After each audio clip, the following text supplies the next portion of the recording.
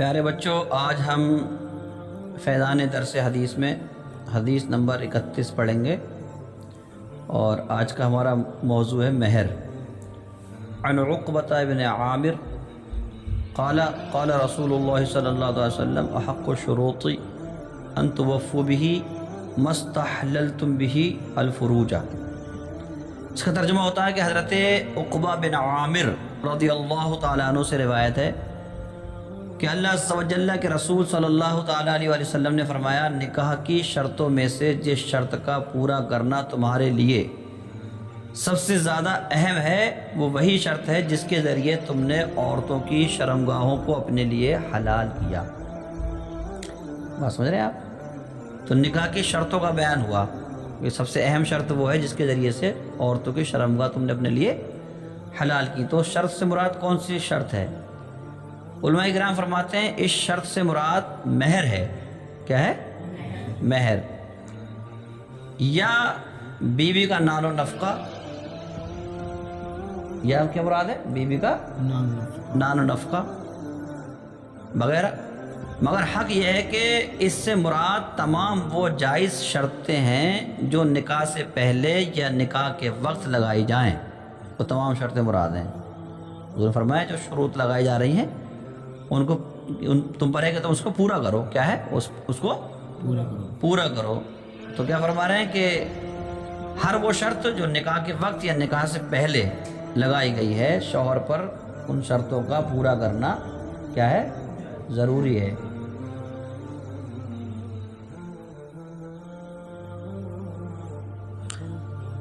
سمجھ رہے ہیں آپ؟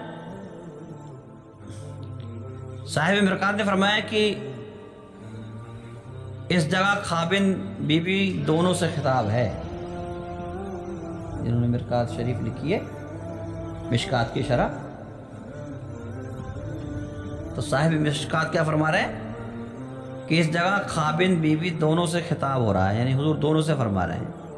یعنی نکاح کے وقت جو شرطیں عورت کی طرف سے مرد پر لگائی جائیں اسے مرد ضرور پورا کرے، اور جو شرطیں مرد کی طرف سے عورت پہ لگیں اسے عورت ضرور پورا کرے۔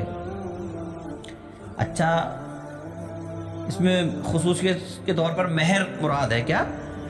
مہر کہ جو شروط ہیں، شرائط ہیں، ان شرائط میں سے جس کے ذریعے سے تم نے عورتوں کی شرمگاہ کو اپنے لیے حلال کیا ہے، تو اس سے مراد کیا ہے؟ مہر ہے۔ کیا ہے؟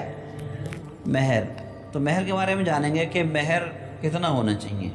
مہر کتنا ہونا چاہیے؟ علماء کرام فرماتے ہیں کم سے کم مہر 10 درہم ہونا چاہیے۔ کتنا ہونا چاہیے؟ 10 درہم۔ 10 درہم کتنا ہوتا ہے؟ یعنی 2 تولہ 7.5 ماشا چاندی۔ 2 تولہ 7.5 ماشا چاندی، یہ ہے مہر۔ اس سے کم نہیں ہو سکتا۔ اس سے اگر روپیوں میں بھی کوئی مہر باندھ رہا ہے، جیسے آج کل کے دور میں روپیوں میں باندھا جاتا ہے، پہلے چاندی سونے سے باندھا جاتا تھا، آج روپیوں سے باندھا جاتا ہے، تو جتنے روپے باندھے جا رہے ہیں ان کی مقدار کم سے کم اتنی ہو کہ ان روپے کے ذریعے سے 2 تولہ 7.5 ماشا 2 تولہ 7.5 ماشا چاندی مل جائے، اتنے روپے ہوں کم سے کم مہر میں۔ اس سے کم مہر نہیں ہوگا، اس سے کم قیمت کا مہر نہیں ہوگا۔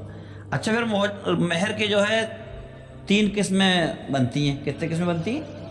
3۔ ایک مہر ہوتا ہے مہر معجل عین کے ساتھ، ایک ہوتا ہے مہر مؤجل حمزہ کے ساتھ، اسے مبجل بھی پڑھتے ہیں بعض لوگ، اور ایک ہوتا ہے مہر مطلق۔ ایک کیا ہوتا ہے؟ مہر مطلق۔ اب ان 3 مہر کی 3 قسمیں ہو گئیں، اس کو سمجھتے ہیں ہم۔ مہر معجل یعنی عین کے ساتھ معجل، وہ مہر ہے کہ خلوت سے پہلے دینا قرار پایا گیا ہو، خلوت سے پہلے دینا قرار پایا گیا ہو، اسے کہتے ہیں مہر معجل، یعنی جلدی کی جائے گی اس میں۔ مہر معجل وصول کرنے کے لیے عورت اپنے کو شوہر سے روک سکتی ہے۔ اپنے کو شوہر سے، اگر اس کے شوہر نے خلوت سے پہلے اس کو مہر نہیں دیا ہے تو وہ اپنے آپ کو روک سکتی ہے اس کو سپرد کرنے سے۔ بات سمجھ رہے ہیں آپ؟ جب میاں بیوی ہو جاتے ہیں تو ہم بستری اس سے کرنے نہیں دے، روک سکتی ہے اپنے آپ کو، اگرچہ اس سے پیشتر عورت کا رضامندی سے خلوت وابتی ہو چکی ہو۔ یعنی یہ حق عورت کو ہمیشہ حاصل ہے جب تک کہ اپنا وہ مہر وصول نہ کر لے۔ بات سمجھ رہے ہیں؟ مانا جیسے اگر وہ چاہے تو اپنے آپ کو اور شوہر کو سپرد بھی کر سکتی اور چاہے تو روک بھی سکتی ہے، جب تک کہ اپنا مہر معجل لے نہ لے، اس کو حق حاصل ہے۔ اچھا، مہر معجل جو حمزہ سے میں نے بتایا وہ مہر ہے کہ جس کی ادائیگی کے لیے کوئی میعاد مقرر ہو، کوئی وقت مقرر کر دیو کہ 1 مہینے میں دے دیں گے، کہ 2 مہینے میں دے دیں گے، کہ سال بھر میں دے دیں گے مہر، اسے کہتے ہیں مہر معجل۔ کیا کہتے ہیں؟ معجل۔ بات سمجھ رہے ہیں؟